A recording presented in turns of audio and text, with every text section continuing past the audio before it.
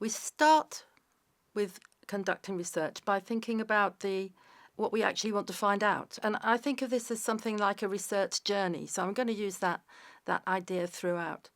You have many questions, and some of them are actually askable, and some of them you can't turn into research questions. And you have many forms to deal with, which I think of as actually helping us ask those questions properly and structuring our answers so that we can get through the process of being accepted to do our research. That's not very imaginative. Think of research as being like a journey. You set out with your proposal approved, your ethics forms and all the ethics issues approved, and you've got a very nice time chart, a Gantt chart that helps you lay out what you're going to do when in the time that you have available to conduct your research, and you think you've got it all nailed. But then you start with the research. There's always more questions than answers. Sometimes you hit some blocks. Maybe you can't get access to the population you want, or maybe your supervisor leaves, or maybe you realize you were asking the wrong question. And then you have some exciting revelations, some wonderful things happen, and you find out things that you hadn't even asked about. So, although it is very planned, and we're going to think about starting out with these plans, research is actually quite a volatile and exciting and creative journey, and you won't really find what you think you're setting out to find. So, you might have to modify your question along the way, but you will at some point go very deeply into your work and be excited by it and discover or create something new. So, it's a worthwhile journey, and you have to stop. You have to remember to stop and stop both the researching and the writing and cut it and hand it in, because it is only a PhD. So it has a word length and you have a time length, and you want to do further research and to publish from it. So the first thing we seem to have to do is to start to construct a research proposal. And that's based initially on finding a research question, or probably several questions. So, what is the gap that your research is going to try and address? You need to read the field, you need to read the literature, you need to focus on where you are finding something interesting that you feel that you can work with, that could be your research for the next 2, 3, 4, 5 years, and start to construct a proposal. And the proposal will have those research questions in. It'll have a title, which lays out the keywords and the issues that you're going to be working with and asks those questions. And then you will have the research questions. You will also have to produce a mini abstract which answers the question, what's the gap?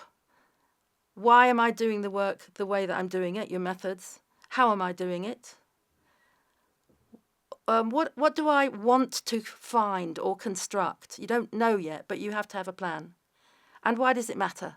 In other words, what kind of contribution do I think that this research, when I've finished it, will make to the overall world of research? What is it I really want to prove, find, construct? That goes in the abstract. That's your first go at an abstract. And if you're writing a proposal, which you will have to do, you start with the abstract. So that's already caused you to think quite complexly about the theorizing and about the journey of the research. The next section of the proposal is probably a little introduction to what you're intending to do. And then you have to sort of mock up elements that are rather like the whole thesis. So you start to think in the next section about the theories that you're going to be using, the theoretical perspectives. And you might come in with a favorite theory, or you might join a discipline group, a research group with a discipline, and they have a theory, and your doctoral work will fit in with that.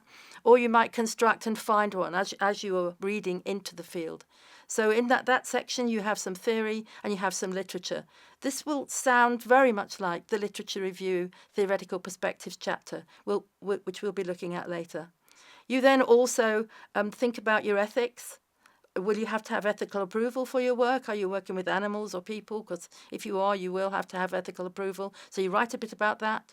And you also think then about the methods you're going to use. So your proposal is a very small mini thesis, and it's that plan for that research journey, which will change as you go through. And you use forms in order to do this. So think of these as asking helpful questions for you to identify your research questions, identify the theoretical perspectives in the literature, identify the methods and methodology, and also how you're going to conduct your data analysis, and for you to think through the questions about the ethics that might be involved in your work, and for you to finally mock up a little conclusion. What is it you really want to find or prove or construct at the end? The proposal goes through the system. Your supervisor approves it. It gets approved by the general university system. Putting it together is rather like fitting a Rubik's Cube together, because you have to make all the bits fit. But you also have to own it. You have to want to actually do this work. And the next round of forms is usually the ethical approval forms. If you're doing, for example, a literature thesis, you might not need any ethical approval at all, because you're reading books and you're talking and writing about them. But if you're working with people or animals, you will. You'll have to go through the whole ethics form. This also takes a long time, because it, like the proposal or candidature form, has to be approved. But it is another opportunity for you to work with your supervisor and to do some deep thinking. How will you go about this research? Is it actually doable? Will you be able to, if you're doing social science, for instance, how will you be able to get to your population? Do you know them already? How will you contact them? Do you need a gatekeeper? You need to be thinking about information sheets, participant information sheets, consent forms, and all the ethical ins and outs of, will you really be able to get access to people? Do you know somebody who knows somebody who, can you use some kind of anonymity, an anonymous system to get through to your participants? Or are they a small cluster of people that you already have contact with, who you could write to, who would agree? Anyone who's a participant in your ethics will need a consent form. They need to know what they're consenting to. They will also need an information form that explains what the whole process, what the research is about, and intending what their role is. And you have a whole bundle of forms to do for ethical approval. But once you've got through them, you've actually got a realistic, doable project. And you've truly thought about how you will work with who or what, and what to avoid, and how to keep people safe, and how to keep data anonymous and confidential, and how to make sure that your ultimate piece of research is ethically approvable. Those are the main forms that you will be working with, which will help you put your work together. That's sounding a bit dull and bureaucratic, but remember, you are on a research journey, and this journey is not only going to be full of all these twists and turns, but while you're doing it, going through the research journey, you are starting to build a building, and the building is your thesis, and you're already starting with the way you've scoped stuff out for your proposal and your ethics. You're starting to think about the building that will become your thesis. You've got the skeleton there from these forms you've done, and we'll talk about that building and the writing in the sections shortly. But the final thing you definitely need to do is a time management chart, which we often call a Gantt chart. There's lots of them online. Find one that suits you. And with this, you can start to plan this very long journey out. It's a long journey. It's a long document. You need to manage the time and be realistic. That also helps you think what's possible. And you will change this, because you'll find blockages, or you'll move faster than you thought, usually because you find blockages. So a Gantt chart. If you're working full-time or part-time alongside doing your PhD, or your EdD, or your DBA, or whatever doctorate you're doing, you'll also have to think about what are the other pressures on your time. So I recommend producing a manageable, realistic time chart that logs in when you think you're going to do which aspect of the research and which aspect of the writing, and when you're overloaded with your other job.